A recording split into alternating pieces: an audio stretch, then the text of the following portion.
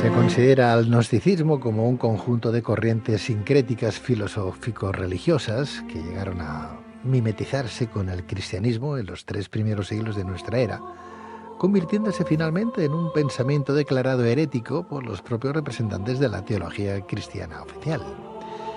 En este sentido, importantes textos gnósticos como el Pistisofía del siglo II después de Cristo postula datos sobre la vida de Jesús radicalmente diferentes a los que nos han venido a contar la Iglesia Católica, como por ejemplo que después de la cruz Cristo siguió enseñando a algunos de sus discípulos.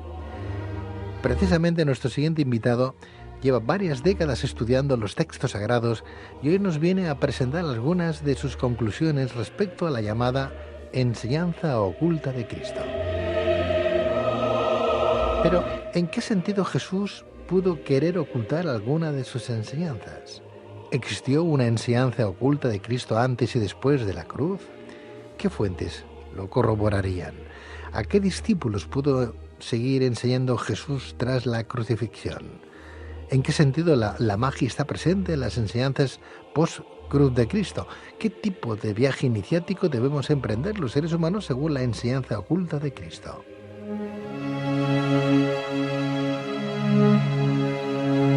Para conocer algunas de las claves de esa enseñanza oculta de Cristo, tenemos con nosotros desde Argentina a José Luis Parise, psicoanalista, investigador, conferenciante internacional y escritor.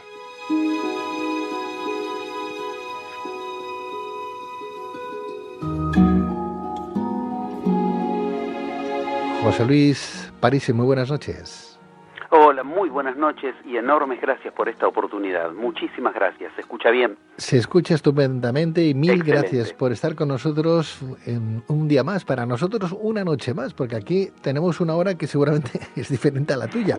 Aquí estamos a la 1:25 de la madrugada en España. Excelente horario para hablar de cosas que están ocultas, precisamente. El agradecido soy yo, sinceramente. Pues José Luis, vamos a emprender este camino esta noche con esas investigaciones que tú has llevado adelante, por favor.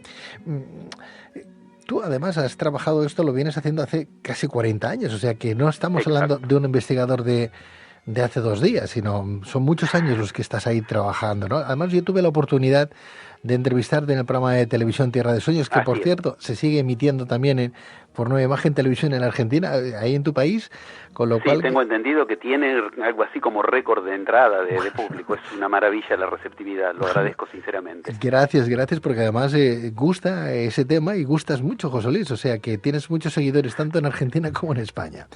Bueno, es que el tema verdaderamente es el necesario para la humanidad en este momento. Tengo el honor de enseñarlo en Argentina, en Centroamérica, en España, en Europa, en diferentes lugares. Y sí, como habían dicho, 40 años ya hace que empezó la investigación y bueno, y más de casi 200 viajes ya de investigación llevo al respecto. Bueno, pues vamos a hablar de ese tema porque para ti, según tu criterio, ¿qué se entiende por la enseñanza oculta de Jesús? ¿En qué sentido Jesús pudo querer ocultar alguna de sus enseñanzas? Bien, que es un tema sensacional de entrada donde lo estás poniendo como para el puente de ingreso.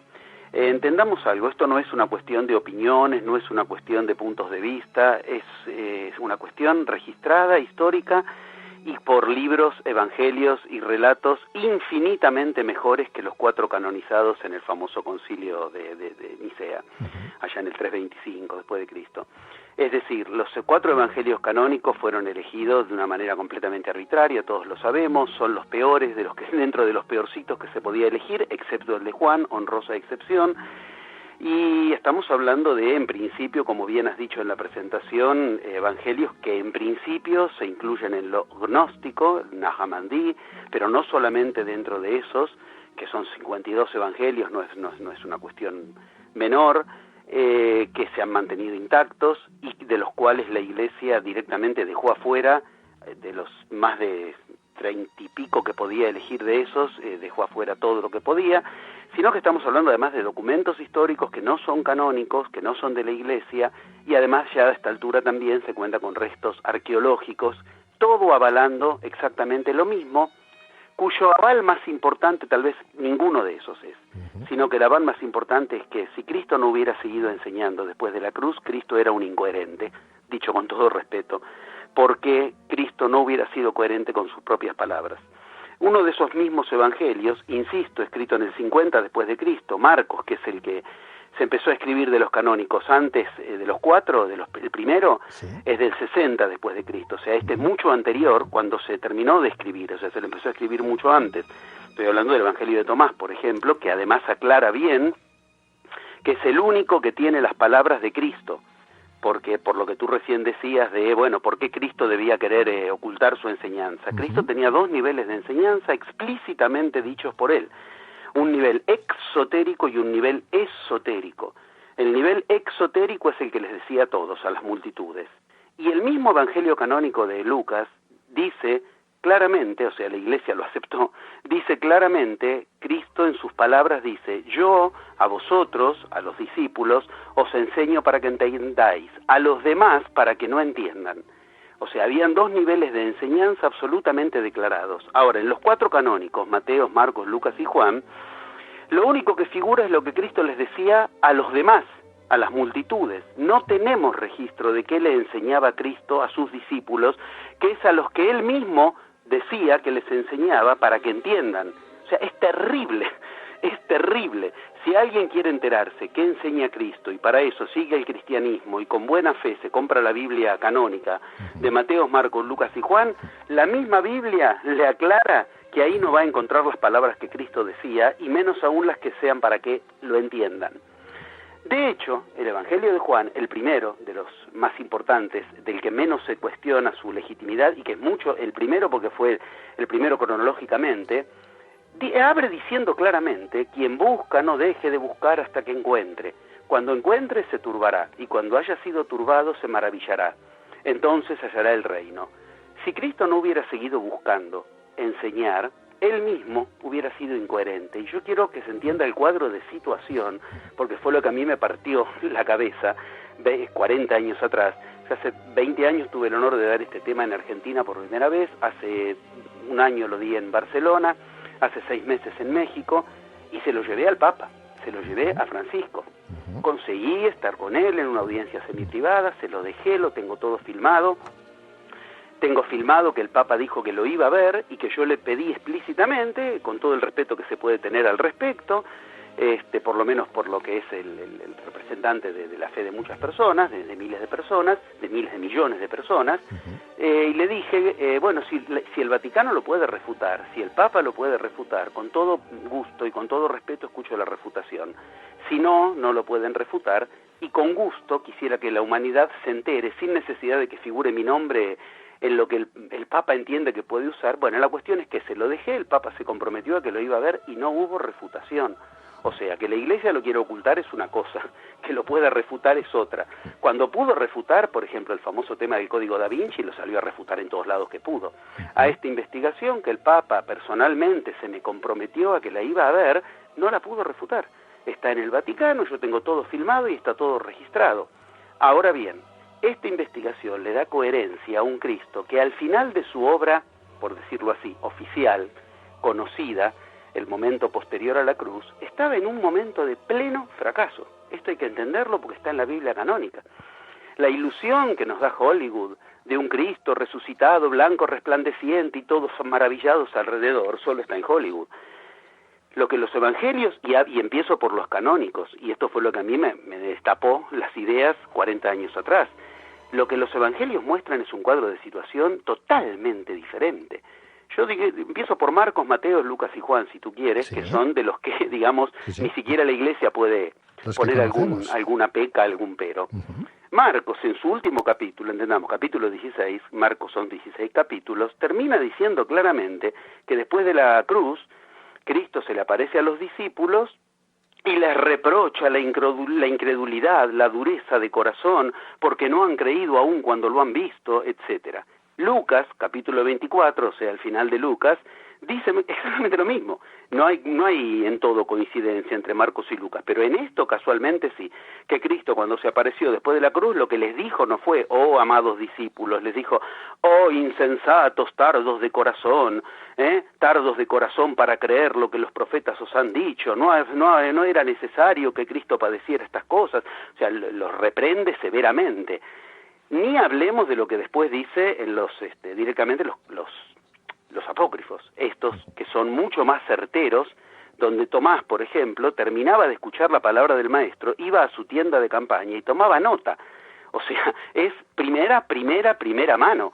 Marcos, Lucas y Mateo no conocieron personalmente a Cristo y lo conocieron el relato del relato. Estamos hablando de cuestiones absolutamente legítimas. Y que además estos Tomás, evangelios... cuando empieza a hablar de esta enseñanza, y permíteme, cuenta cuestiones que, como bien dijiste, están en la Pista y Sofía también, de cómo era este cuadro de situación y por qué se necesitaba continuamente dejarlo afuera. Si tú quieres podemos empezar por ahí. Discúlpame, me pareció que ibas a decir algo. Sí, quería comentar de que ni tan siquiera estos evangelios, Marcos, Lucas, Juan, Mateo, no conocieron, como tú bien decías, no conocieron a Jesús el Cristo. Es más, los que escribieron estos evangelios eran gente que no llegaron a conocer tan siquiera a Jesús de Nazaret. Y no hablaban la lengua de Jesús, y esto es fundamental, porque lo que nos han vendido como lo que Jesús enseñaba, y no te digo post-cruz, que es de lo que vamos a hablar ahora si tú quieres, sino pre-cruz, no tiene nada que ver con lo que Cristo enseñaba. La pre-cruz, o sea, lo que se supone que Cristo predicaba y de lo cual el cristiano tiene alguna idea de que está hablando de Cristo, no habla de Cristo. No conocían la lengua de Cristo, en la lengua de Cristo hay secretos que Cristo se encargó de conservar y que son secretos, y permíteme anticipártelo, aunque tal vez al final de nuestra charla de ahora podemos acceder a este nivel al que voy a anticipar, son conceptos de, y lo digo con todas las letras, de magia. Lo que yo estudié toda mi vida es magia. Yo hice más de 40 viajes, más de 200 viajes durante 40 años a las tierras sagradas de la humanidad. Me han recibido, he tenido el honor de ser recibido por los hombres sagrados de diferentes cultos, sagrados en serio, no sagrados profesionales de instituciones como las iglesias, sagrados en serio, que no reciben habitualmente al hombre blanco, y lo que yo estudié como magia en esos lugares, que es lo que yo he metodizado en 11 pasos, los 11 pasos de la magia, es lo mismo que encuentro cuando Cristo habla. Cristo habla de magia, y de hecho acá estaba el enorme problema. Cuando tú nombrabas la Pista y Sofía, con mucho gusto empecemos por ahí, porque verdaderamente has dado en un centro brillante, maravilloso para empezar. La Pista y Sofía dice de entrada claramente que había una división terrible en el núcleo más cercano a Cristo, que estaban los de sangre, o sea, los hermanos de Cristo, Andrés, Pedro, María, la madre de Cristo, en un bando, enfrentadísimos a los discípulos que no tenían sangre de Cristo, y especialmente a la cabeza del enfrentamiento, el enfrentamiento con la Magdalena, con María Magdalena. Y el Evangelio de Sofía, el de la Pista y Sofía, mejor dicho, dice específicamente que al principio la pelea era tal que hasta en un momento Andrés, hermano de Cristo, tuvo que salir a defender a Magdalena porque Pedro no dice que se iba a las manos, pero da la sensación de que le iba a pegar, que estaba tremendamente acalorado, que la estaba insultando, y que Andrés le decía, bueno, respétala un poco, porque si el maestro la ha elegido, por algo será. Ese era todo el nivel de argumento que tenían. ¿Por qué? Porque lo que Magdalena decía era, a mí el maestro me ha enseñado y me sigue enseñando cosas que a vosotros no os ha enseñado. Y esas cosas, por favor, entiéndeme que esta palabra no la pongo yo, está en el Evangelio de la Pista y Sofía, y no solo ahí, ahora lo vamos a ver. La palabra que usa es que lo que le enseñaba era esoterismo, lo que hoy llamamos magia, lo que hoy, o sea, al Cristo verdadero la Iglesia lo hubiera mandado a la Inquisición y lo hubiera quemado en la primera hoguera posible. La Iglesia que nos enseña supuestamente el camino de Cristo hubiera quemado a ese Cristo que hablaba esotéricamente. La primera enseñanza que dice Magdalena, que le dio a ella y que a los demás no, es donde está la mente está el tesoro. Esa es una enseñanza de magia. Y después le enseña a acceder a la mente. ¿Y con qué se accede? Con un secreto de magos que si quieres después lo podemos hablar. Esto que yo investigué toda mi vida, cuando Cristo habla, me habla de eso.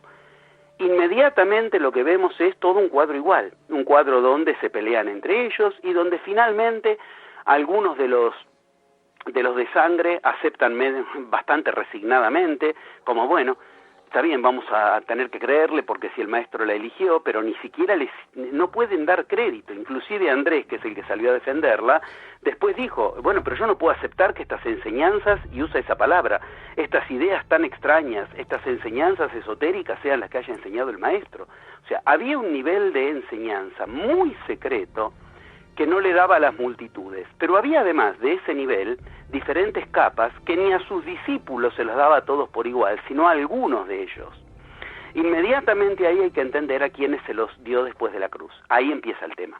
Además de qué habló y cuáles son las enseñanzas ocultas después de la cruz, hay que entender que si Cristo no hubiera enseñado después de la cruz, él hubiera sido incoherente con su propio mensaje, porque él estaba totalmente insatisfecho con lo que habían hecho sus discípulos. Y de hecho, no olvidemos que según la Biblia canónica, después los manda a enseñar por el mundo. Bueno, id y predicad el arrepentimiento en mi nombre. Primero, Cristo jamás usó la palabra arrepentimiento, no conocía la palabra arrepentimiento, usaba otra palabra que si quiere después podemos hablar, porque eso ya hace a la enseñanza oculta de Cristo. Pero si él estaba tan, capítulo 14 de Marcos, último capítulo, enojadísimo con sus discípulos, 24 de Lucas, enojadísimo con sus discípulos, Pista y Sofía muestra todo el enojo, el Evangelio de Magdalena muestra todo el enojo, otros evangelios como el de Felipe muestran lo mismo. Ok, ¿cómo puede ser que 3 días después los manda a enseñar por el mundo?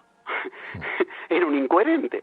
Les decía, no habéis aprendido nada, no entendiste nada, no creéis nada de lo que tenéis que creer, pero a los 3 días le dice, id y enseñad por ahí. Obviamente habría una incoherencia de base. No, la incoherencia no existía en Cristo. La incoherencia existe en lo que nos han hecho creer de Cristo. ¿Por qué? Porque lo que dice abiertamente, y no es una interpretación mía, es casi una lectura literal de memoria que hago, pero lectura casi literal.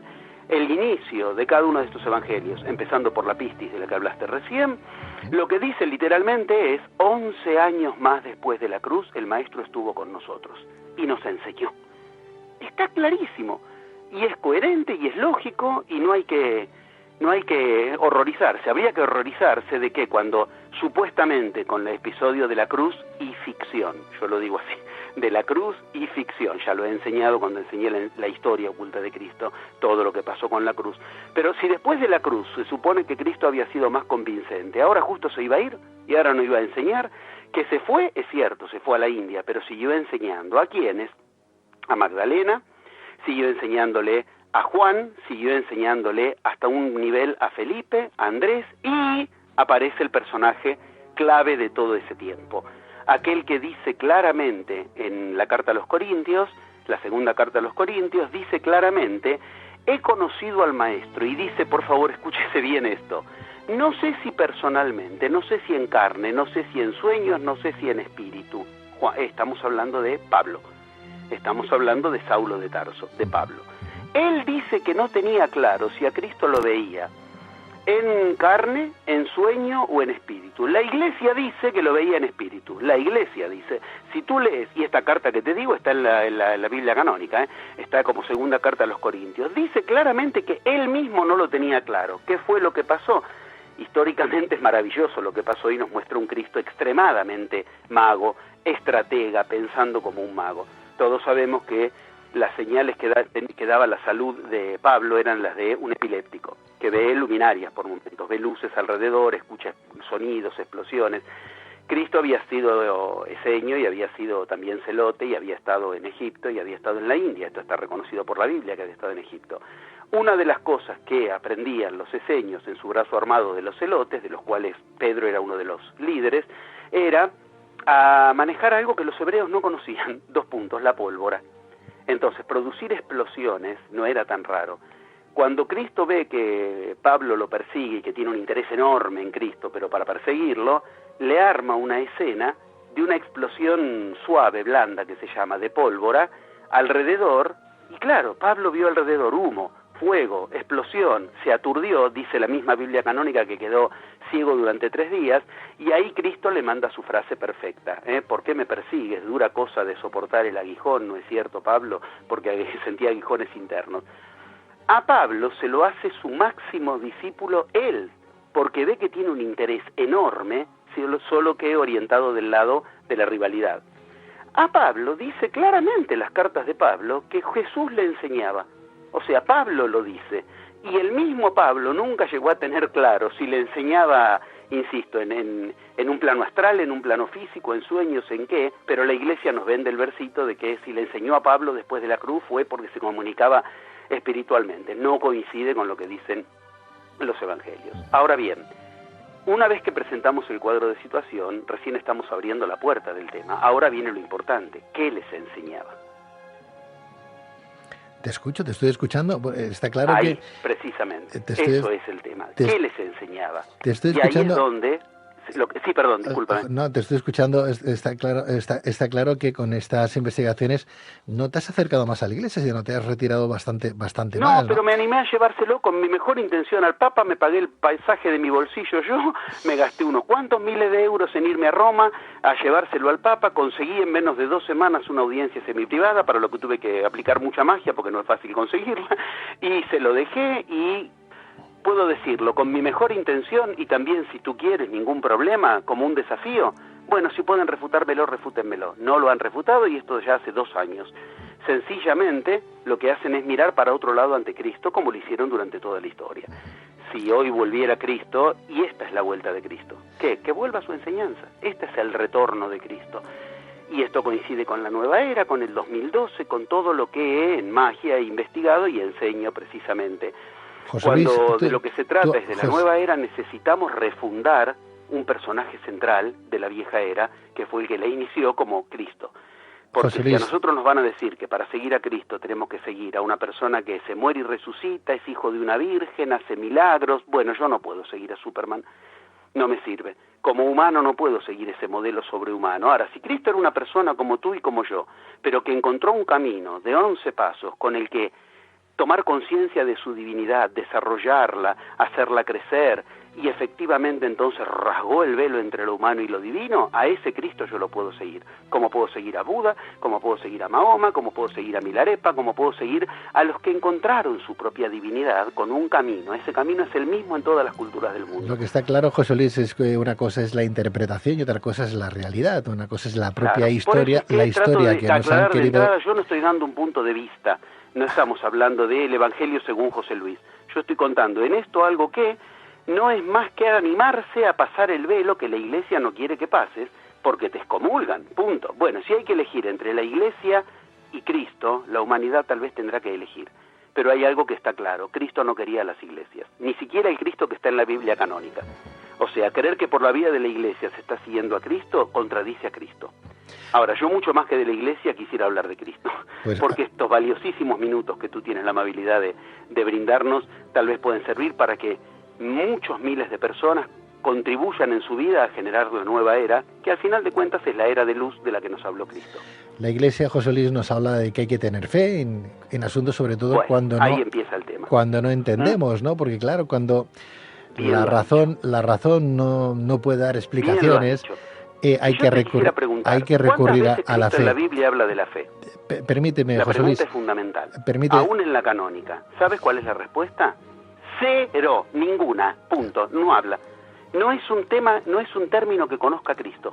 Sí, no, es Estoy hablando de la enseñanza pre-cruz, no tú de la tú hablas del Evangelio de la Pistis Sofía. Sí, bueno, sí, vamos. No, ahora te estoy hablando de Mateo, Marcos, Lucas y Juan. Pero si hablamos de donde quieras, José cualquiera Luis, de los 4 evangelios, José Luis, y vas a ver algo terrible. Cristo no conocía la fe de la que la Iglesia nos habla. José Luis, Lo que Cristo hablaba era de otro concepto, completamente diferente, que los latinos en Roma tradujeron como la palabra fe, que es esta cosa ciega que tú recién bien describías y que te obliga a atontarte mentalmente y entregarte ciegamente a algo. No, señor.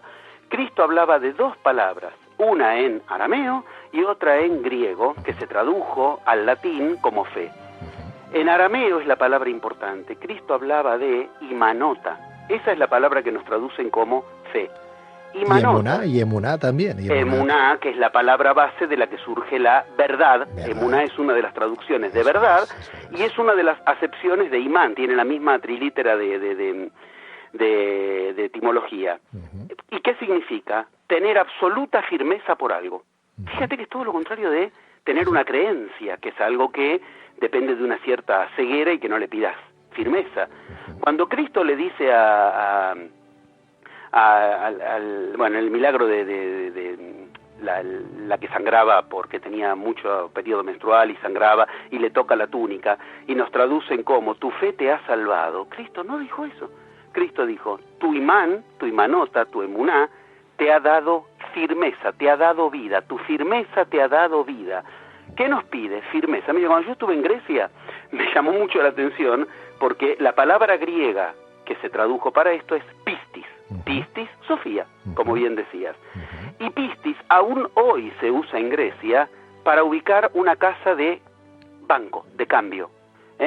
Trapezas tes pisteos, se dice, que quiere decir casa de cambio, casa de donde tienes que ir a dar una garantía para que te cambien por plata. De confianza, de fiabilidad. ¿Sí? Claro, crédito en el sentido bien de crédito.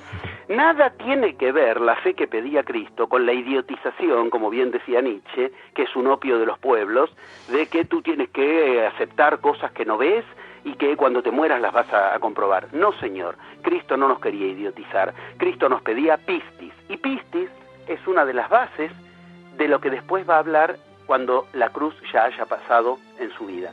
Ahí empieza la enseñanza post-cruz. Hay 4 conceptos centrales en los que yo trato de resumir, casi, digamos, haciendo malabares, haciendo magia, a veces hasta tengo miedo de ser irrespetuoso, de reducir en 4 conceptos, más un concepto central, 4 más 1 se llama, que son los conceptos en los que Cristo hizo toda su hincapié después de la cruz y que los venía preparando desde antes de la cruz, pero que él mismo no estaba a la altura de enseñarlo, según dice la Pistisofía, hasta que se cambió el nombre. Esto después, si quieres, lo hablamos. Después de la cruz, Cristo cambia el nombre, y esto es fundamental, porque ¿qué nombre eligió? Yo me muero si me interesa Cristo, y no solo me interesa, estoy completamente enamorado de Cristo, pero digo, si yo tuviera el mínimo interés de Cristo y me enterara de que Él se cambió el nombre, pero yo doy mi vida por enterarme qué nombre se puso y por qué ese nombre, ok. Ese nombre está develado y es la clave de todo, pero ese nombre es la conjunción de 4 enseñanzas más una enseñanza central, de las cuales la base la acabas de nombrar tú. Lo que Cristo enseñaba no es la palabra fe, ni la palabra latina que se tradujo como fe.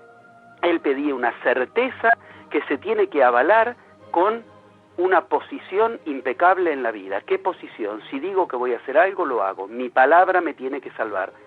La palabra es lo que salva. Cristo enseñaba a honrar la palabra. Eso es magia. Eso es magia, claro, pero para yo decir algo y hacerlo, empezamos a ver que necesito cuerdas que no son solo las humanas. Porque si yo te digo, por ejemplo, como me lo paso diciendo hace 30 años en todo el mundo, bueno, tal fecha voy a estar en Barcelona enseñando estos temas. Y van a ver que antes de que yo llegue, un rato antes, unas horas antes, va a llover. Pero cuando yo empiece la actividad va a haber sol. Yo para decir eso y que se cumpla necesito tocar lo divino en mí. Esos eran los desafíos que enseñaba Cristo. Están registrados, yo los hago por internet, casi como yo digo, pongo mi carta de presentación en los cielos haciendo esto, mostrando la eficacia de que lo que enseñaba Cristo no es una filosofía, no es un dogma, no es una religión, sino que enseñaba magia, abiertamente, como la que enseñó Buda, como la que enseñó Mahoma y como la que enseñan los iniciados, los chamanes que fui a visitar en todas las culturas. Esa magia tiene como base la firmeza en la palabra, esa es la pistis. Por eso es emuná, como bien decías. Emuná es una de las 2 vertientes que Cristo usaba. Yo quisiera que se entienda, recién decíamos el cuadro de situación, ahora entendamos la situación geográfica. La situación geográfica en la que enseñaba Cristo es fundamental. Si uno no entiende desde dónde enseñaba Cristo, también en lo geográfico se le va a ser muy difícil entender la clave. Y la clave es que Cristo enseñaba en una zona fronteriza. Dicho esto se hace muy evidente, pero hasta que uno lo dice la gente tal vez no lo tiene en mente. Cristo enseñaba en una zona de fronteras que implicaban fronteras de lenguas. En la zona de Cristo se hablaba hebreo, se hablaba griego, se hablaba árabe y se hablaba arameo, galilaico, que es el de esa zona. Suponte México, la zona fronteriza con Estados Unidos. Suponte las zonas fronterizas de el País Vasco y el país España, el resto de España, etcétera. Es normal que si uno quiere hacerse entender por mucha gente, entonces hable con un poquito de una lengua, otro poquito. Cristo hacía eso. Entonces, hay terminologías precisas, enormes, geniales, que Cristo tiene y mantiene con una coherencia enorme para enseñarnos algunos conceptos que si me lo cambian y me lo traducen todas las veces que hablaba de eso con la misma palabra en español ya no entiendo nada. Por ejemplo, Cristo usaba 4 conceptos distintos para decir la palabra amor. Y cada uno de esos conceptos, algunos los rechaza y otros los quiere. En la Biblia que tú lees, si te compras en cualquier iglesia, en cualquier idioma contemporáneo, se traduce todo igual. O sea, el amor que Cristo revulsionaba, no lo quería y no quería saber nada, que es el amor filia, traducido de la palabra filia, o el amor que Cristo más buscaba, que es el amor ágape, están traducidos los dos igual. Claro, se me arma en la cabeza algo que es un caos. Lo mismo sucede con la palabra verdad, que es otro de esos 4 conceptos. Uno es la palabra amor, otro es la palabra verdad. Verdad, para Cristo, tiene 2 niveles, como en toda enseñanza esotérica. Para Cristo, la verdad tiene 2 niveles. Y esos 2 niveles, Cristo los diferencia con una precisión de académico. Y cuando nos la traducen en la Biblia, nos traducen la misma palabra, verdad, verdad, verdad, verdad. Y hay una verdad de la que yo tengo que aprender a liberarme, y hay otra verdad de la que yo tengo que aprender a apropiarme. Esos 2 conceptos de verdad están presentes en Cristo continuamente, si te tomas el trabajo de estudiar lo que Cristo dijo, y no lo que la iglesia dice que dijo, o lo que el cura en la misa dice que dijo.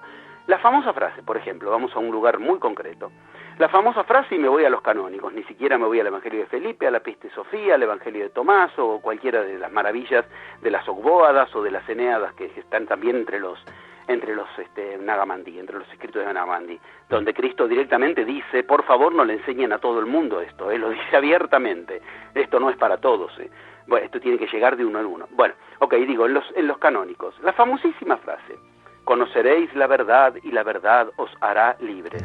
Jamás dijo Cristo esa frase. No lo podía haber dicho, porque sencillamente, si Cristo decía eso, Cristo demostraba no tener la más mínima idea de lo que es el mundo de los humanos, porque en los humanos eso, veámoslo, abramos los ojos de una vez por todas, es obvio, no funciona. Yo conozco la verdad y tú también de un montón de cosas, y no por eso te liberas de eso. La verdad es que tengo cáncer, no por eso me libero de eso. La verdad es que todos sabemos que tal gobernador roba, sin embargo hay que demostrarlo en un juicio. No nos liberamos de ese gobernador que roba. La verdad, si creemos que por conocerla nos hace libres, Cristo nos dio un método que no funciona. Lo que Cristo dijo fue un nivel de perfección tal que solo en magia se tiene respecto de palabras claves como es la verdad. Cristo dijo, conoceréis la aletheia y la emuná os hará libres. Eso es un proceso de magia. Aletheia es la verdad que, ahí habló en griego y habló en arameo. En aletheia, concepto griego, y emuná, que es un concepto árabe, arameo, es la misma raíz etimológica en ambas lenguas. La aletheia, ¿qué es? Una verdad oculta en mí, de la que yo tengo que aprender a liberarme, de la que yo tengo que desocultarme. Por ejemplo, supongamos, yo quiero mañana ir y buscar un trabajo y entonces con eso voy a creer que voy a estar mejor. Hay una verdad que en mí está funcionando y yo no la tengo clara, no la conozco, está oculta. ¿Cuál? Yo voy a ir a buscar un trabajo, no a encontrarlo. Eso es una aletheia. Eso es una aletheia. Son verdades que se esconden en nosotros y que necesitamos conocerlas, desocultarlas. Si yo voy con la certeza de que voy a buscar trabajo y no a encontrarlo, vuelvo a casa y no lo encontré. Y yo digo, Dios no me ayudó. Y lo que ocurrió fue que el universo respondió a mi invocación. Cristo invocaba. Esto está dicho abiertamente. Invocar no significa la estupidez de decir muchas veces una misma frase, las afirmaciones, los mantras, no. Después, si quieres, hablamos de eso. Cristo mismo decía, cuidaos de los repetidores de palabras, de los repetidores de frases. Esto está explícito. Pero sigamos. ¿Qué es una aletheia? Eso que en ti funciona como una verdad oculta. Yo estoy seguro, en el fondo estoy seguro de que yo no lo voy a encontrar, eso que busco. Yo en el fondo tengo una verdad oculta que es que no sé si está bien que yo quiera tal cosa. Esas verdades ocultas son la aletheia. Cristo empieza por ahí, y eso se llama, si tú quieres, te lo digo de un modo un poco sensacionalista, proceso iniciático, proceso zen. ¿Por dónde se empieza a generar la divinidad? Por el vacío. ¿Por dónde se empieza a generar un universo? Por el vacío. ¿Por dónde se empieza a generar la realidad que quiero generar? Que eso es lo que yo tengo que hacer si quiero vérmela con la divinidad en mí. ¿Qué es Dios? Tengamos la definición que tengamos, Dios es el generador de realidades. El humano no puede generar realidades si piensa como humano, tiene que tocar sus cuerdas divinas. Lo primero, todas las iniciaciones del mundo, las chamánicas, el zen, el tao, la alquimia, todas, las estudié todas, las recorrí, fui a todos los lugares y las practico, y eso es lo mismo que practica Cristo. Todas enseñan, el primer paso no es preguntarme qué me falta, es preguntarme qué me sobra. Si yo no alcanzo lo que quiero es porque me sobran concepciones mentales de las que tengo que aprender a vaciarme. Esa es la aletheia de la que habla Cristo. Conoceréis la aletheia. Cuando yo conozco la aletheia, ¿qué estoy diciendo? Desocultando un nivel de verdad oculto. Entonces, la emuná es la que nos hará libres. ¿Y qué es la emuná? La semilla que yo pongo. La verdad, la que yo decido que va a ser la verdad para mí. Que no me va a funcionar si no me vacié del anterior. Por eso hay Cristo, cuando habla de eso, habla del vino en odres viejas y en odres nuevas. No tiene sentido poner el mejor vino si está sucio el recipiente, la vasija, la odre. ¿Por qué? Te está diciendo lo mismo. Las mejores verdades que yo te pueda dar, dice Cristo, no sirven para nada si tú las contaminas con las aletheias. Las mejores emuná no sirven si tú las... Entonces, hay un proceso perfecto, totalmente escondido para la humanidad, y lo más lindo de todo es que ese proceso... Esta frase está en los canónicos, pero la Biblia te la traducen con conoceréis la verdad y la verdad os hará libres. ¡Oh, qué lindo! Lo repetimos como un estribillo, no nos funciona, no la entendemos, y jamás Cristo dijo eso. Pero lo mejor de todo es que después de la cruz, Cristo enseñó el proceso. Enseñó el proceso con el cual me vacío de las aletheias y me lleno de las emuná que yo decido. Hasta la cruz no había enseñado el proceso, eso es cierto. Enseñó de qué se trataba, pero no te dio el manual de instrucciones. Después de la cruz lo enseñó. ¿Por qué? Porque después de la cruz él accede a un nivel de magia, de divinidad, de iniciación. Todo eso que acabo de decir son sinónimos. Al que él no había accedido, donde entonces él puede enseñar cosas que hasta ese momento no lo dice abiertamente. Vuelvo a la pistisofía que tú mencionabas. Dice, hasta este momento Cristo nos enseñaba en el primer nivel y ahora nos va a enseñar en el segundo nivel. Esto es lo que yo en el método de la magia vi que funciona y que se llama primera mitad del método de la magia, de los pasos 1 al 5, y la segunda mitad es donde explota la magia, del 5 al 11. Ok, Cristo enseña del 5 al 11 recién después de la cruz. Y ahí enseña los procesos, los mecanismos, se los enseña a Pablo, les enseña a Pablo las 4 técnicas con las cuales toda situación se vuelca en tu favor. Y esto lo dice abiertamente en la carta a los adefesios, lo dice a los efesios, yo siempre hago la broma de los adefesios, a los efesios, porque los trata como adefesios, digo, y le dice claramente que él usa 4 técnicas, y esas 4 técnicas son las mismas que usaba Cristo, se llaman las técnicas de akarma en la India, o técnicas de Gu Wei, que son con las que Gandhi liberó la India, por ejemplo, no acción, akarma, Gu Wei. Dejar que la situación manifieste sus fuerzas y aprendes a usarlas. Para eso tú le dices a la situación lo que quieres, eso es una emuná. Pero si la situación me arrastró a donde la situación quiere, me dejé llevar por la aletheia. Entonces hay todo un proceso maravilloso que Cristo da antes de la cruz, pero que enseña después de la cruz, y a algunos discípulos. A algunos les enseña una cosa, a otros y a otros otras. A algunos les enseña a trabajar con el concepto de la verdad. A otros, como a Pablo, no les enseña del concepto de la verdad, les enseña del concepto que antes anticipamos, el del amor. Y ese concepto enseñado por Cristo no tiene absolutamente nada que ver con lo que hoy nos han dicho que es el amor. Entonces Cristo hablando de amor no tiene nada que ver con lo que creemos que es el amor. De los 4 conceptos estamos hablando de 2 nada más, nos faltan los otros 2, y si quieres ahora entramos en el tema del amor, y nos falta el central, el que une a todo. No sé si te parece claro, si vamos bien, si quieres llevar para algún lugar diferente o si seguimos por estas vías. Bueno, si me dejas, me gustaría incluso hasta participar, José Claro, Luis, claro, porque... claro. Discúlpame mi entusiasmo. Realmente son décadas que tengo con ganas de que la humanidad se entere. Muchísimas gracias. Te pido disculpas si demasiado efusivo. No, sí, faltaría más. Y me encanta hablar con personas que además se han preparado y se han formado de tal manera porque esto les interesa y les preocupa. Yo entiendo que una persona que no quiera esclarecer conceptos que se ha hecho propios también, por otra parte, porque cada uno puede tener una interpretación de estos textos, ¿verdad? Tanto canónicos como gnósticos, ¿no? Y entiendo que cuanto más investigación, cuanto más conocimiento uno tiene, pues más tiene ganas de explicarlos a los demás y hacerse ese mismo Tomás núcleo. Dice claramente, solo puede hablar de esto quien lo haya aplicado como el maestro. Ese es el precio. Tienes que iniciarte. Claro. Tienes que iniciarte a ti mismo como mago para que puedas comprender esto. Esto lo dice abiertamente, y como toda mi vida es una vida donde vengo recorriendo este camino, por eso me desborda el entusiasmo de que finalmente se lo puede enseñar a la humanidad. No, si a mí me encanta que además que lo expliques de tal manera porque se nota que el entusiasmo está ahí.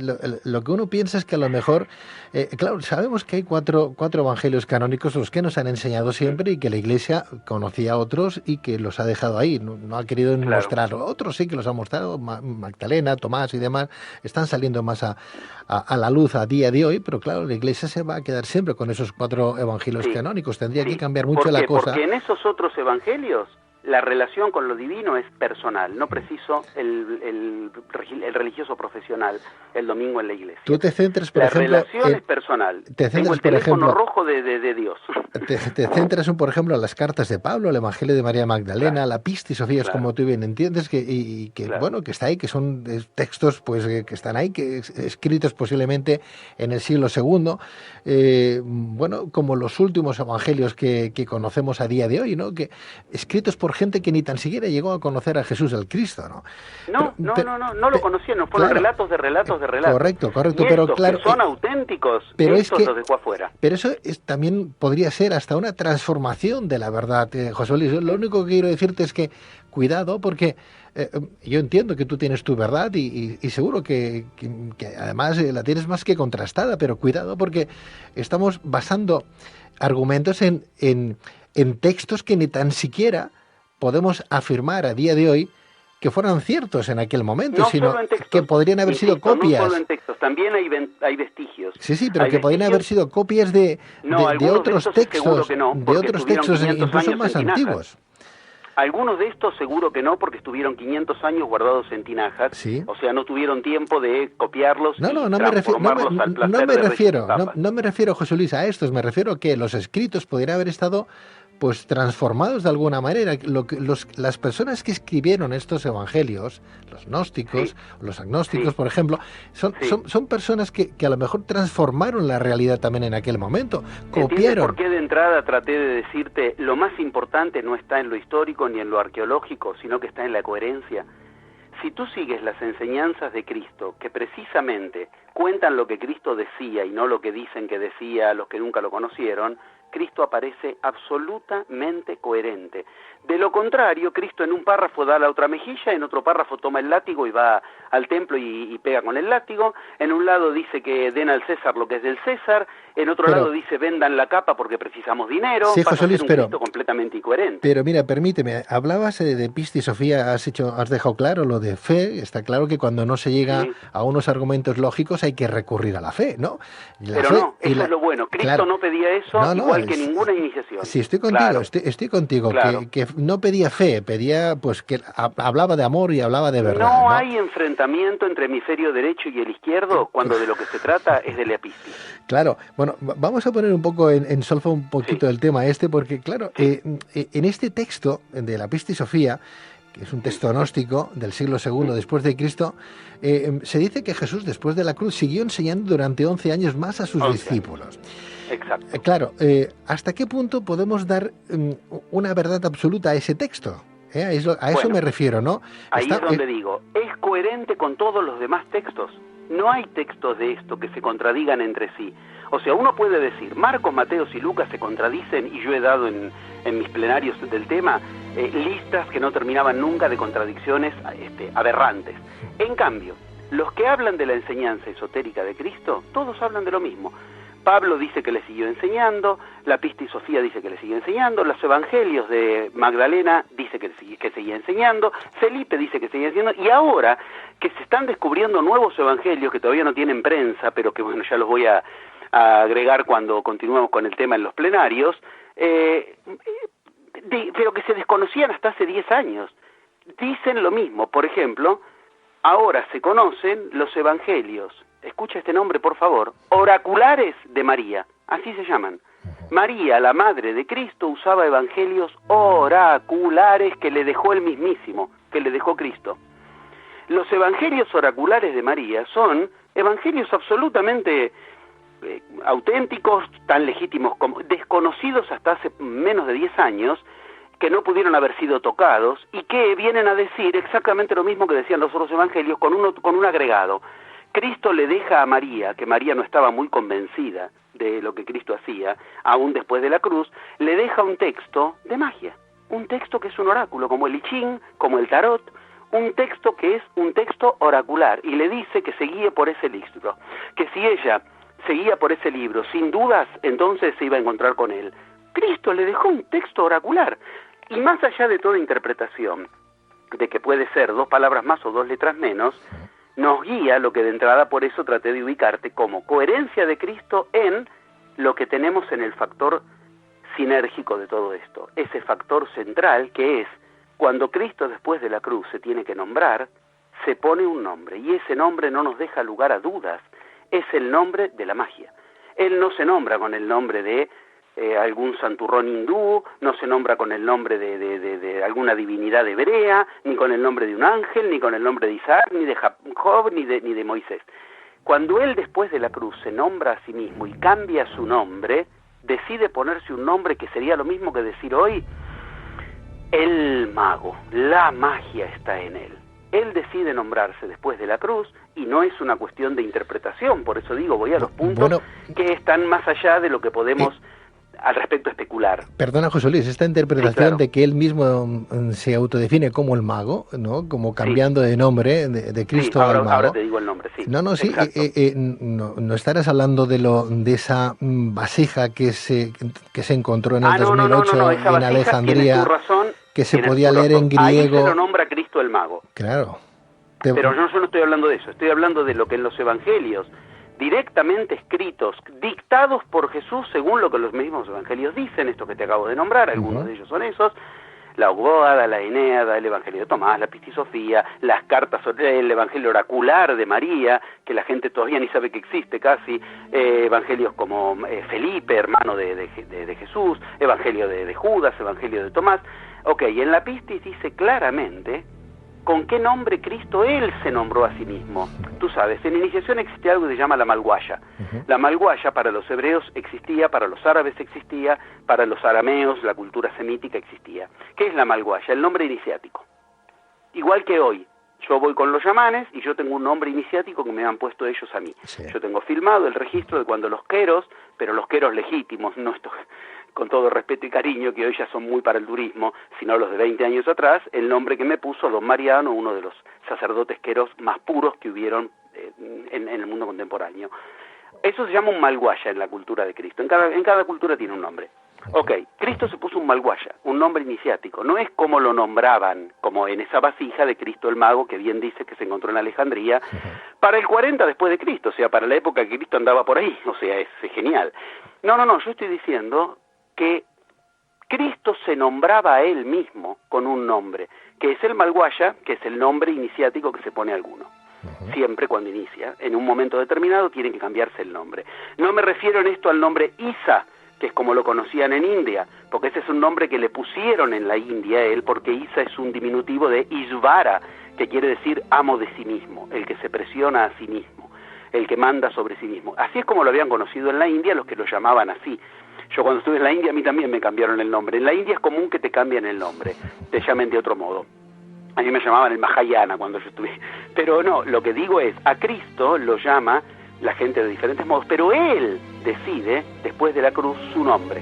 Y decide el nombre, y verdaderamente es enorme la oportunidad que te agradezco con el alma, que la humanidad se entere a tiempo, porque es para este tiempo esta enseñanza, el nombre de el averamento. Cristo se nombra a sí mismo el averamento, invocaba como el averamento cuando invocaba como mago. ¿Qué quiere decir averamento? Ahí está la clave, que nos deja más allá de toda interpretación y de especulación y de diferentes puntos de vista. No, esto no es un punto de vista, esto es como Cristo se nombró a sí mismo.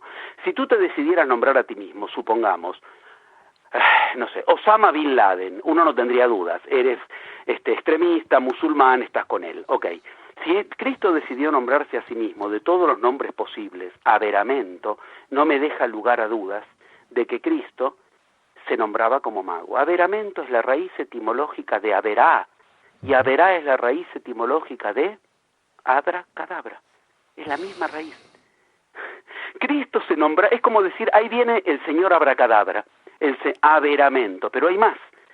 Averá es el inicio de la magia y es el uso sagrado, el uso mágico de la palabra. Esto es lo que yo enseño, esto es lo que aprendemos en magia. Hay un uso de la palabra. Haberá, fíjate tú, haberá Gedabar, no quiero marear con conceptos académicos, pero haberá Gedabar es la etimología completa de abracadabra. Dabar. Dabar, ¿qué significa? Palabra mágica, palabra que realiza.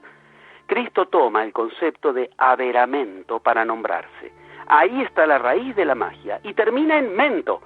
Mento es, a su vez, la unión de dos deidades. Mem, que era la deidad del agua porque transcurre entre el más allá y el más acá, fluye entre el más allá y el más acá. Y To, T-H-O, que es nada más y nada menos que Tot, Hermes Trismegisto, Tot, que es la deidad de la magia en Egipto. No deja lugar a dudas, elige tres nombres, o sea, va, tres sílabas en un nombre, haber, mem y to, averamento. Esto y decir, ahí viene un mago, y el mago de la más alta magia posible es sinónimo.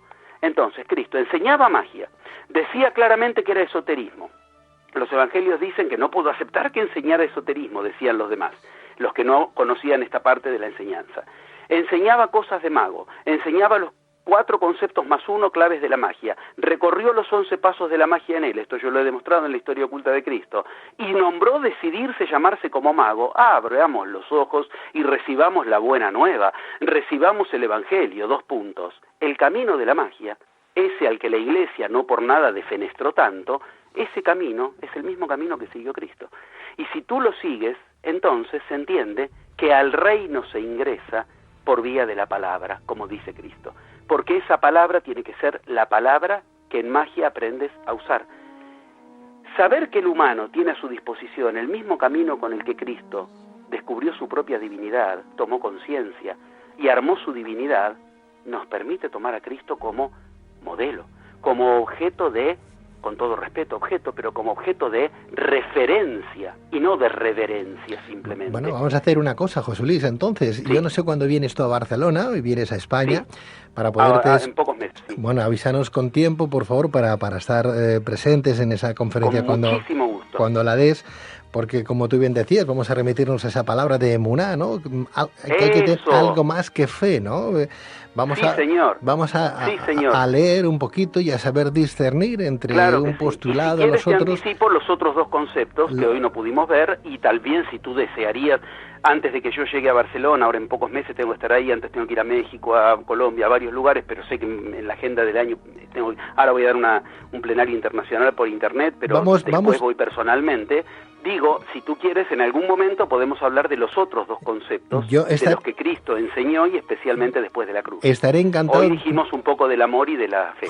Yo, José Luis, estaré encantado de hacerlo en otro momento para que todos nuestros espacios y nuestros invitados puedan entrar en antena. Vamos un poquito mal de tiempo, con lo cual vamos a tener que posponer para otro momento. Pero yo estaré encantado. Por eso te decía en otro momento. Yo estaré encantado de hablar de esos 11 pasos que tú bien indicas, ¿no? De ese 4 también más 1, de seguir hablando de esa palabra de averamento, como el propio Cristo se autodefine después, como bien entendíamos y que nos has explicado, un poquito para que cada uno de nosotros podamos ir buscando, recopilando, leyendo y discerniendo un poquito entre unas verdades y otras verdades y hacernos, si no nuestro propio credo, sí ajustarnos un poquito más a una realidad que a veces no tiene nada que ver con ese proceso histórico que nos han enseñado incluso en las escuelas o en la propia religión, tengamos la que tengamos. Te invito a que estés con nosotros en otra ocasión, José Luis. Con muchísimas ganas. Más aquí en España y tenerte un poquito más enfrente, ¿verdad? Que no personalmente. Te agradezco tu trabajo, esos 100 viajes, más de 30 años de experiencia, casi 40, ¿no? En tu trabajo como investigador, escritor, psicoanalista, etcétera, etcétera. Y que además está claro que te interesa la figura de Cristo, porque si no, pues no te meterías a leer textos que algunos están en griego, otros que estaban en hebreo, en arameo, e intentar buscar cuál es la traducción más correcta, porque de traducciones hay muchas, ¿no?